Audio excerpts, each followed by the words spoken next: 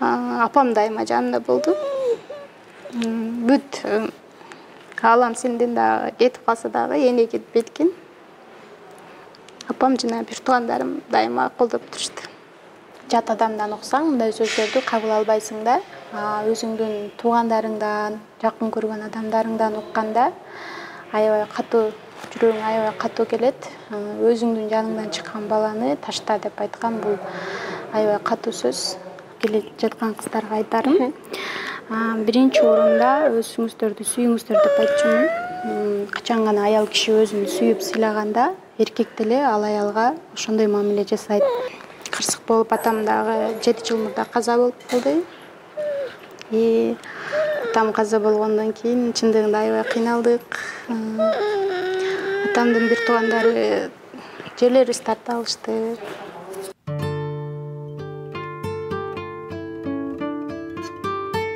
24 жаштагы Ханзада Абдрасолова 17 жашында турмушка чыгып, 18 жашында Марал аттуу өзгөчө кыздын апасы болгон. Күтүүсүнөн тагдырдын оор сыноосуна кабылган жаш эне кызын бооруна алып, жалгыз чоңойтуп жатса дагы ийгиликтерди жаратып келет. Учурда кыргыз аялдарына дем күч берип келген Ханзада кызымды жараткандын сыноосу катары эмес, белиги катары кабыл алдым дейт.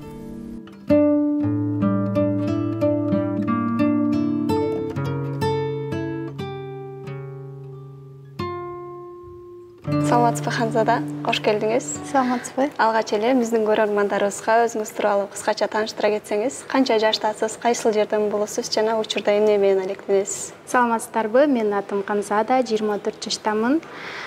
Учурда Бишкек шаарында өзгөчө кызым менен турабыз. Өзгөчө кыздын апасы, мотиватор, өзүн минус алдан чыгара алган, өзүн жаңыдан жасай алган жупжөнөкөй кыз. Эгерде мен сизди социалдык тармактар аркылуу таанысам, мындай башыңыздан оор сыноону өткөргөн адам катары тааныбайт элем да. Сиздин тагдырыңызды көрүп, мен сенин тагдырыңдан улам ийгиликке жетип атам деген адамдар көп болсо керек, сизге жеке кат аркылуу жазгандар. Ооба, мурда өзүмдүн блогумду баштаганга чейин элдер ойлочу экен, даже билишчү эмес экен мен мындай кызым бар экенин. Көпчүлүгү ушундай оор күндү басып өткөнүмдү көпчүлүгү билчү эмес экен. Самара эже менен, Самара Кеңешова менен түз эфирге чыккандан кийин көпчүлүк көрүп, азыр аябай көп каттар келет, мага жеке каттар келет. Пример алдык, мындай сенден үлгү алдык деген каттар келди. Жашоосуна ыраазы болгон адамдар ыраазычылык билдирип, аябай көп каттар келип баштады. Сиз учурда жашооңузду орусча айтканда до и после кылып бөлсөңүз болчу да, Ооба. Себеби мурдакы менин абалым аябай башкача болчу. Эмоционалдык жактан дагы өтө башка адам болчумун. 1,5 жылдын ичинде көптөгөн билимдерди алдым, өзүм үстүмдө иштештим, көптөгөн курстарга катыштым, көптөгөн адамдар менен иштешип, өзүмдү жаңыдан жасай алдым деп айта аламын. Өзүмдүн жаңы бир таланттарымды ачылып, көптөгөн ичимдеги таарынычтарымдан арылып, жаңы Ханзада болуп келдим. Постторуңуздан улам окуп калдым. Сиз 17 жашыңызда турмушка чыгып, 18 жашыңызда эне статусуна ээ болуп турсуз. Оор тагдыр деп калбадыкпы? Ошол тууралуу өзүңүз кененирээк айтып берсеңиз көрөрмандарга. Чындыгында мен 17 жашымда турмушка чыгып калдым. Сүйүп дегендей жаш болчубуз ал кезде. 18 жашымда эне болдум. Маралканы аябай күткөнбүз. Күткөн бала төрөлгөндө эле бир өзгөчө бала болуп төрөлдү. Баарыбызга бир башкача шок болдук. Мындай күткөн эмес болчубуз, бирок ошентсе дагы балабызды кабыл алып, карап, бирок тагдыр экен. Жолдошум экөөбүз эки жолго түштүк. Аябай көп кыйынчылыктарды башымдан өткөрдүм. Өзүңүздөр билесиздер, жалгыз бой эне баланы багуу өтө кыйын. Өзгөчө баланы ого бетер жалгыз багуу бул өтө кыйын. Андан да кыйын. Ошондуктан аябай ач калган күндөрүбүз болду. Акча жок, кыйналган күндөр болду. Биз Ош шаарында турчубуз. Аябай көп квартираларды котордук. Квартирадан квартираларга көчүп, ач калган күндөр, детдомго барган күндөр да болду. Аябай көп кыйынчылыктарды өткөрдүк, бирок Кудайга шүгүр ошол кыйынчылыктардын артынан такшалып, күчтүү болуп азыркы күндө ушундай даражага келип турабыз. Демек айтып калбадыңызбы? Ажырашып кеттик депчи. Сиз төрөгөндөн кийин эле ажырашып кеттиңиз, Бир жылдан кийин. Бир жылдан кийин. Ошол учурда күйөөңүз тараптан, мурунку күйөөңүз дейли, материалдык, моралдык колдоолор болотту? Берет болчу. Берет болчу, ооба, башында берет болчу, азыр деле жардамдарды берип турат. Бирок биз аял киши баары бир ушунчалык өзүбүздүн өмүрлүк жолдошубуздан поддержканы күтөбүз, көбүрөөк поддержка күтөбүз. Бирок ошондой поддержка болгон жок да менде. Мен күткөн даражада болгон жок, ошонун айынан биз эки жолго түшкөнгө туура келди. Толук кандуу колдоо көрө албадым дедиңиз мурунку жолдошуңуздан. Азыр эми морал чоңоюп калды. Чалып, алакалын сурап турабы? Буга чейин өзүм баракчамда айткан болчумун. Кызымдын атасы тууралуу башка сөз кылбайм деп. Азыркы учурда биз сүйлөшпөйбүз. Ал деле кызы менен сүйлөшпөйт. Биз толук түрдө сүйлөшпөй калганбыз. Демек азыр мамилеңер жок, Катташпай калганбыз. Аялдарда мындай эмеспи? Мындай турмуштан ажырап, материалдык, моралдык колдоо таппаганыңыздан кийин эркектерге карата бир жек көрүү сезими пайда болуп калат эмеспи? Ошондой пайда болуп калбадыбы сизде? Болду. Жалпы эле бир эркектин айынан жалпы эркектерге болгон? Менде кичинекеймен ушундай установкалар бар болчу эркектерге карата. Себеби биздин коомдо, мен төрөлүп өскөн коомдо аябай аял кишини кордошот болчу. Ошол эле мен апамды, атам, бир туугандарым, эжелеримди, күйөөлөрү ошондой учурларды көрүп, менде эркектерге карата мындай таарынычтар бар болчу. Жолдошум менен ажырашкандан кийин бул таарыныч ого бетер күчөп кетти. Ажырашканыбызга 5 жылдай болуп калды. 5 жылдын ичинде дагы деле ушул таарынычтардын үстүнөн иштешип келе жатам. Бирок толук түрдө арылай элекмин. Учурда жүрөгүңүздүн эси барбы? Марал жүрөгүмдүн эси жок. Сиздин жаңы жашоону баштооңузга Самара Кеңешова түрткү болду окшойт сизге? Ооба, мен 1,5 жыл мурда февраль айында баштадым. Үйдө ыйлап, жашоодон көңүлүм калган, буюмда эле болуп жашап калганмын.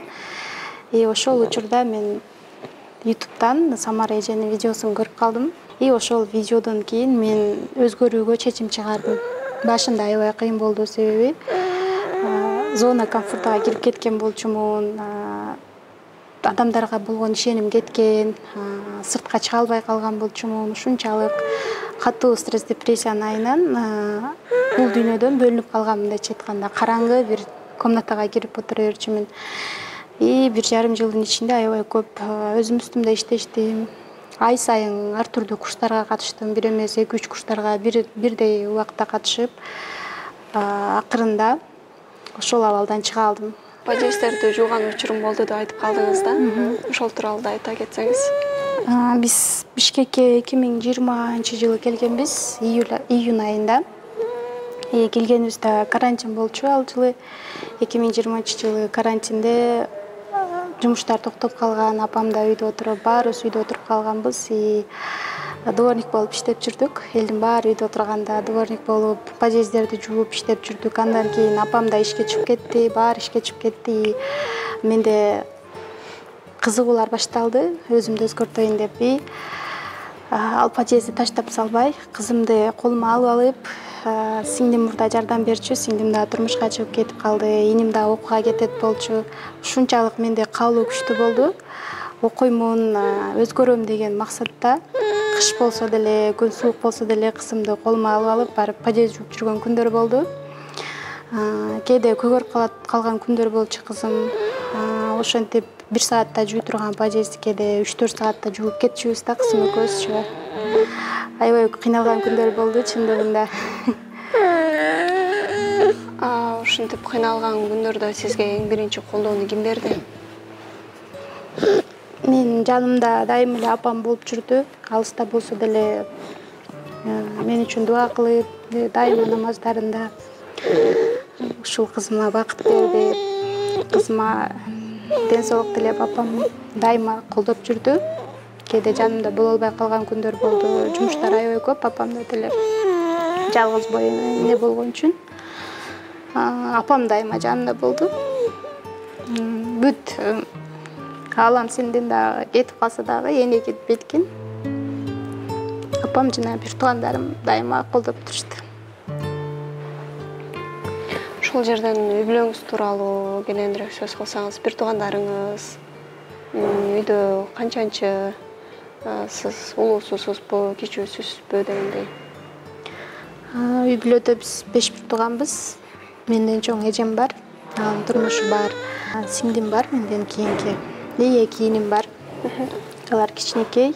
Сиңдим да өзүнүн турмушу бар, турмушка чыккан. 2 инилерим алар кичинекей, мектепте окушат азыркы учурда. Үйдө негизи көп бир тууган болгондо улууларына көбүрөөк орусча айтканда внимание жетишпей калат эмеспи? Сиздерде андай болгон жокпу? Жакшы чоңойгонбуз. Кыз катарынан кыз төрөлсө деле атам бизди аябай жакшы көрөт болчу. 3 кызын үчөөнү 2 колуна экөөбүздү көтөрүп, сиңдимди мойнуна отургузуп алып ошентип эркелетип жүрчү. Бирок кырсык болуп атам дагы 7 жыл мурда каза болуп калды. Атам каза болгондон кийин чындыгында аябай кыйналдык. Атамдын бир туугандары жерлерибизди тартып алышты. Атам каза болгондон кийин каза болгон күнү эле уже башталган аябай кысымдар болду. Апамды күнөөлөштү. Бизде ошондой экен менталитетте, күйөөсү өлсө аялын күнөөлөйт экен. Аябай кысымдар болду. Атам каза болгондон кийин даже бир туз алганга кудуретибиз жетпей калганда ушунчалык ач калган күндөрүбүз болгон, суу май ала албай койдун майына тамак жасап жеп жүргөн күндөр да болду да. Аябай кыйынчылыктарды баштан өткөрдүк. Менин 16 жашымда каза болуп калды. Август айында каза болгон. Сентябрь айында мен 2-курска барат болчумун. 9 базадан киргенмин. Барып эле мен уже ишке киргенмин. Иштеш керек болуп калды. Контракт төлөш керек, жаткан жерге акча төлөш керек. Эрте иштөөгө мажбур болгонмун. Айтылбаган көп түйшүктөр бар, бирок аны биз айта албайбыз. Сыртка тилекке каршы муну биз тааныган адамдар гана билет. Сыртка айта албаган көптөгөн кыйынчылыктарды көрдүк. Бирок ушунчалык апамдын берген тарбиясынын жардамында биз бекем болдук. Бири-бирибизди түртүп, колдоо көрсөтүп чыгып кеттик ошол абалдан. Мурдагы Ханзада менен азыркы учурдагы Ханзадага кандай баа бере аласыз? Мурдагы Ханзада аябай жөнөкөй болчу. Ушунчалык жөнөкөй болчу. Ар бир адамга ишене берет болчу. Сырларын айтып, жүрөгү жумшак болуп, жөнөкөй кыз болчу, алданып калган кыз болчу, тарынчак, жашбалак, кыялык Ханзада болчу. Азыркы Ханзада уже чоңойгон. Бардык эле адамга ишене бербейт. Уже жашоонун ысык соогун бир аз болсо да көргөн, тарынбаган Ханзада болуп өзгөрдү. Учурда мотиватор, СММ боюнча окутууларды өткөрүп жатасыз. Окуучуларыңызды аябай көбөйүп атса керек. Өзүмдүн марафондорум бар, ошол мотивация берип, аялдарга өзүн сүйүүнү үйрөтүп, ал жакта дисциплинага түшкөндү үйрөтөм. СММ боюнча дагы кантип онлайн жаатына өткөндү, Instagram, YouTube, Telegramдардын жардамында, ошол социалдык сеттердин жардамында акчага иштеп тапканды айымдарга үйрөтөм азыркы күндө. Сиздин түз эфириңизден көргөндөн мен өзүмдү сүйүп, баалап калгандан кийин жеке жашоом да өзгөрдү, өзүм да өзгөрдүм деп айтып калдыңыз эле. Жеке жашоом боюнча айта кетсем, өзүңүздөр билгендей, жакында эле мен Самара Кенешованын сүйүктүү ханыша курсуна катыштым. Катышуунун бирден бир максаты сүйүктүү жар болуу, өзүмдү өзүм сүйүү, өзүмө болгон сүйүүнү чоңойтуу, көбөйтүү. Самара эже менен түз эфирге чыкканда августта турмушка чыгам деп койгон болчумун, бирок буюрса жаңылык күтөсүздөр деген. Демек жакында той деңиз. Бул жагын айтпайм. Бала бактылуу, толук кандуу бактылуу өсүшү үчүн ата-эне баланы эркин кармаш керек, ата-эне балага бир гана сүйүү тартылыш керек, установка койбош керек, рамка койбош керек.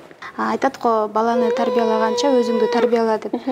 Себеби биздин үй бүлөдө атам менен апам да мамилесинде жылуу мамилени көргөн эмеспиз. Дайыма экөө урушат болчу, экөөсүн эркелешкенин көргөн эмеспиз да. И ошонун айынан бизде мындай бактылуу үй бүлөнүн бир образы көзүбүзгө келген эмес да.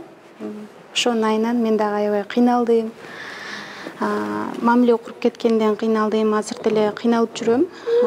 Себеби бул кичинекейден сиңип калган установкаларды чыгаруу аябай кыйын экен. Ошондуктан айтат элем, эгерде үй бүлөдө жолдошу менен мамиле жаман болсо, эч качан ал жерде ажырашып, же болбосо башка бир жолду издебеш керек да. Болгону аял киши өзү өзгөрүп, и ошол эркекти дагы өзгөрткөнгө аракет кылыш керек. Ал жерде бала үчүн жашайт да, бизде көпчүлүктөрчү бала үчүн жашайт, и ошонун айынан аял киши өзү барган сайын өлүп барат да, мындайча айткандачы, бактылуу жашай албайт, бактылуу жар болбойт, көзүнөн жылуу мамиле көрбөйт. И ошонун айынан ал эркек менен аялдын ортосундагы мамиле балага сезилет да. И бала дагы толук кандуу сүйүүгө тойбой, өзүнө болгон ишеними жок болуп чоңоет чоңойгондо. Сиз дагы эрте турмушка чыктыңыз. Башыңыздан оор тагдырлар өтүптүр. Учурда ошолордон улам тыянак чыгарып, турмушка чыга турган кыздарды балким аларга кандай кеңеш бере аласыз? Турмушка аттанып жаткан кыздарга, турмушка чыга турган деги эле жаңы өсүп келе жаткан кыздарга айтарым. Биринчи орунда өзүңүздөрдү сүйүңүздөр деп айтчумун. Качан гана аял киши өзүн сүйүп сыйлаганда, эркек деле ал аялга ошондой мамиле жасайт. Эгерде аял киши ыңгайлуу болуп, ким эмне десе ошону жасап, өзүн сүйбөсө, өзүнө ишенбесе, ал аялды эркек деле сыйлабайт, коом деле сыйлабайт. Ошондуктан турмушка аттанардан мурда толук түрдө өзүңүздөр менен иштешиңиздер деп айтат болчумун. Өзүңүздөргө болгон сүйүүнү күчөтүп, турмушка даяр болуп, менде ушундай болуп калды. Бул дагы бир турмуш экен, тагдыр экен. Эрте тийип калдым. Мен негизинен кичинекейимден эрте турмушка чыккандарды жактырбайт болчумун. Бирок өзүмдө ушундай болуп калды. Эрте турмушка чыктым, эч кандай даярдык жок. Жапжаш бала боюнча турмушка чыгып калдым, өзүм дагы бала болуп. И ошол өзүмдүн башыман өткөндөрдү алып айтамын. Биринчи орунда ошол өзүңүздөрдү эмне каалайт аял, бизде эмне каалашын билбей эле турмушка чыгып алат, күйөөсүн көзүн карап үйдө отуруп калат да. Сизге жеке катка келген каттар көп го, ушул боюнча моралга байланыштуу же деги эле көчөдө көп айтылган мындай сөздөр? Мындай сөздөр мурда көп айтылчу, азыр деле кээде айтылып калат. Ошол себептен мен деги эле бардык адамдарга жазып койдум. Себеби мындай бала үй бүлөсүндө жок, кээ бирки адамдар билбей калышы да мүмкүн да. Биз мындай баланы карап жүргөн ата-энелерге, аларга билинбеген менен бизге оор келип калышы мүмкүн бул сөздөр. Себеби бизде менталитет, дагы деле менталитет ошол. Мындай балдарга мурдатан, даже биз Ошто жашап жүргөндө укканмын. Ушундай өзгөчө балдары бар ата-энелер намыс кылышы экен. Айыл, чет айылда жашагандар, ошто уктум. Балдарын сыртка алып чыкканда намыстанышат, көчөгө алып чыгышпайт, леченияга алып барышпайт. Мамлекеттен акча алышат, бирок ошого да лечения жасатышпайт да балдарына. Мындайча айтканда, өздөрүн күнөөлүү сезишет, ушундай бала төрөлүп калган үчүн. Менде деле башында морал төрөлгөндө биринчи эле эми каныңарда жок беле деген суроолор болот экен, сен бир жериң ооруйт беле деген суроолор болот экен. Андан кийин баардык эле суроолор аялга келип такалат экен. Андан кийин көчөдө жүргөндө дагы мен Москвада төрөгөнмүн, өзүм ал жакта мындай балдар көп. Элдери баары эле түшүнөт, мындай балдарга аябай поддержканы жакшы берет, колдоо аябай жакшы көрсөтөт мамлекеттен. Бизде андай колдоого азырынча толук түрдө жете элекпиз. Бала менен көчөгө көп чыгат болчумун мен. Маралка кичинекейинде билинбейт эле, бирок бара чоңойгон сайын көзүндө өзгөрүүлөр пайда болуп баштады. Башы чоңоюп, башынын формасы өзгөрүп баштады. Автобуста биз коомдук транспорттарда аябай көп жүрчүбүз. Ошол жерде туура эмес карагандар, суроо берген адамдар болот болчу. Көчөгө чыкканда мындай балаң менен үйдө отур деген сөздөр болот болчу. Мен уже ал кезде ажырашкан болчумун. Балам менен өзүм жаным багуу үчүн көчөдө иштеп жүрчүбүз. Маршруткаларга тыгылып болсо да бир жерден экинчи жерге баруу үчүн ошентип кыйналып жүргөнбүз да. Ошол учурларда аябай көп айтылган бизге мындай сөздөр. Ошонун айынан мен бул постумда деги эле бүт өзгөчө балдардын аял апаларына колдоо болсун деп ушул посту жазып чыкканга чечим чыгарып жаздым. Себеби бир эле мага эмес, мындай балдардын апаларына көп айтылат. Сиз да айтып калдыңыз, интервьюңуздан угуп калдым эле. Өзгөчө балдар төрөлгөндө энелер өздөрүн күнөөлүү сезет депчи. Бул деги эле күнөөлүү сезим кайсыл жерден, эмне үчүн келип чыгууда да? Эмне үчүн аялдар күнөөлүү? Дары ичип алган жоксуңбу деген суроолор келет экен. Грипп болдуңбу, өзүңдү жакшы караган жоксуң. Бул баланы сен ушундай төрөп койдуң деген да сөздөр болот экен да. Эне көтөрүп жүргөн үчүн энеге ушундай сөздөр айтылат экен. Ошол сөздөрдүн айынан эне өзүн күнөөлөп баштайт экен. Мен күнөөлүүмүн, мен толук кандуу дени сак бала төрөй алган жокмун. Ушул баламдын оорушуна мен себепчи болдум деген күнөөлүү сезимдер болот экен. Менде дагы болду. Себеби боюмда бар кезде мен грипп болуп ооруганмын. Музда тайыпта жығылганмын да. Ошол себептен мен өзүмдү жакшы карап жүрбөгөнүм үчүн, жаш болгонум үчүн дагы мен билбей калдым көп нерселерди. Бизге врачтар доплер жасагыла десе, доплер УЗИ экен деп мен УЗИге түшүп жүрө бериптирмин. Эгерде ошол кезде доплерге түшкөндө билмек деп айтышты да врачтарчы. Биз жаш болгонубуз үчүн доплер эмне экенин билбептирбиз. Чоңдор ата-энебиз болсо булар билет. Булар чоңоюп калган, доплерге түшүп жатат деп алар деле жүрө беришиптир да. Маралка төрөлгөндөн кийин туугандар тараптан дагы көп сөздөр айтылса керек андай. Туугандар тараптан сөздөр айтылган деле жок, болгону эрте турмушка чыкканым үчүн ушундай болуп калды деген сөздөр келди. Бирок кандай деле катуу сөздөр келген жок. Ажырашкандан кийин өзүмдүн туугандарым тараптан, кээ бирки туугандарым тараптан ушундай сөздөр келди.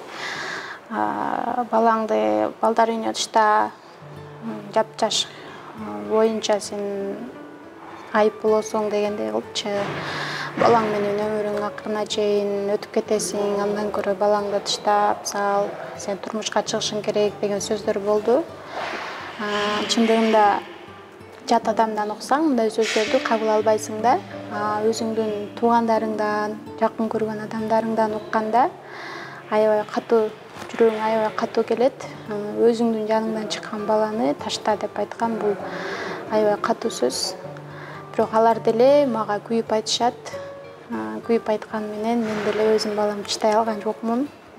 2-3 жолу деле бардым. Сыртынан кетип калган учурлар болду. Ичине кирип деле тыштайм деген учурда оюман кайткан учурлар болду. Бирок жүрөгүңүз чыдабады, э? Жүрөгүм чыдаган жок. Бир жолу ошол сыртына барып келип жүргөнмүн, анан аябай ач калганбыз.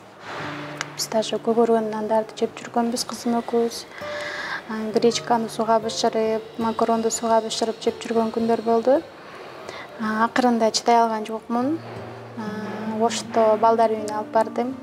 Алып барсам, Беловодскийге алып барышыңар керек деп, анан сыртта жүргөн балдарды ыйлаган үндөрүн укканда, кызымдын жалгыз манежде кроватьта жатканын элестеткенде аябай жүрөгүм ооруп кетти. Ошол эле учурда мен чуркап баламды кармаган боюнча чыгып кеттим. Ошодон кийин мен детдомго таштабайм деп өзүмө сөз бердим. Бүгүнкү күндө азыр ушинтип экөөбүз жүрөбүз. Жалпы эле аялдарга кеңеш бере кетсеңиз маегибиздин соңунда. Жалпы аял затын айтат болчумун. Дайым эле айтып келем. Дайым эле айтып келем ушул сөздү. Биринчи орунда өзүңүздөрдү сүйүңүздөр. Дайыма билим алыңыздар.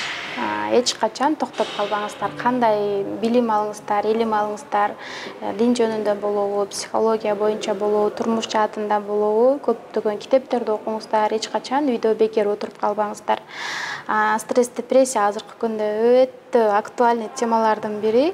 Стресс, депрессия кайсыл жактан келет? Бул бекерчиликтен келет. Стресс, депрессияга көп кабылган айымдар булар декретте, үй бүлөдө, үйдө отурган айымдар болот да. Ошондой айымдарга айтат элем. Бекер отурбай, акчасы жокторго деле айтат элем. YouTube'да деле азыр толтура маалыматтар бар, китептер бар. Ошолорду окуңуздар, билим алыңыздар. Көп адамдар менен мамиле кылыңыздар. Бир караңгы жерде отуруп калбаңыздар. Дайыма издениңиздер. Өнүгүңүздөр, билимдүү болуңуздар. Билимдүү энеден билимдүү балдар чоңойот. Бактылуу энеден бактылуу балдар чоңойот. Ошондуктан айымдар окуңуздар, издениңиздер, өзүңүздөрдү сүйүңүздөр, өзүңүздөрдү караңыздар. Ханзада, сизге ыраазычылык. Бүгүнкү маегибиз жалпы эле кыргыз аялдарына сонун мотивация берди деген ойдомун.